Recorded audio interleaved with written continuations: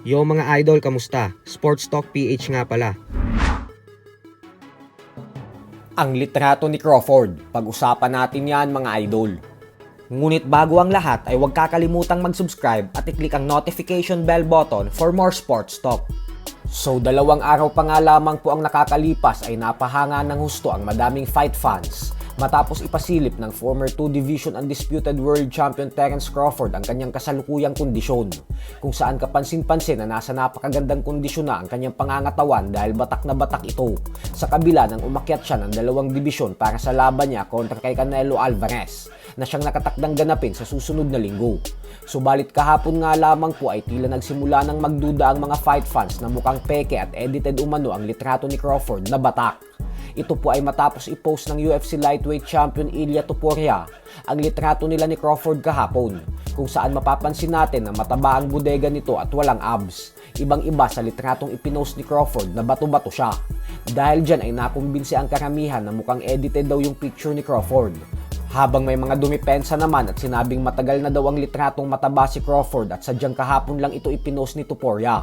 Pero ganun pa man nga po ay makikita natin yan sa gabi ng kanilang official and final weigh-in sa Sabado, kung ano ba talaga ang kasalukuyang kondisyon ngayon ni Crawford. Habang si Canelo Alvarez naman ay dumating na kahapon sa Las Vegas, Nevada, 1 linggo bago ang kanilang mega showdown.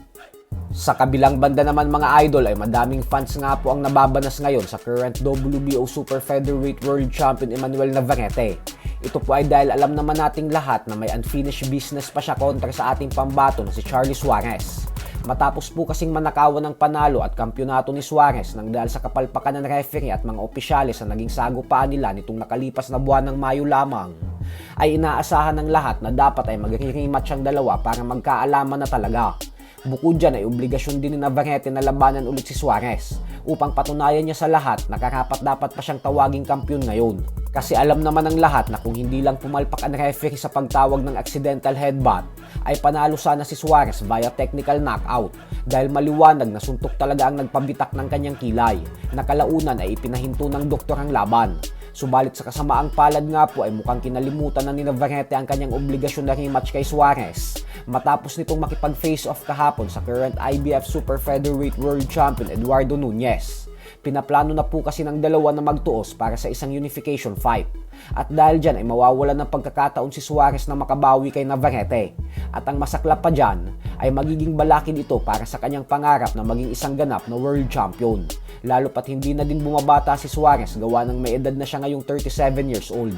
Kaya sa sitwasyon na ito ay luging-lugi talaga ang ating kababayan. Lalo na kung magdesisyon si Navarrete na labanan si Suarez kapag mas lalo na itong tumanda. Kaya naman kayo na lang po humusga dyan. So hanggang dito na lang po muna tayo mga idol.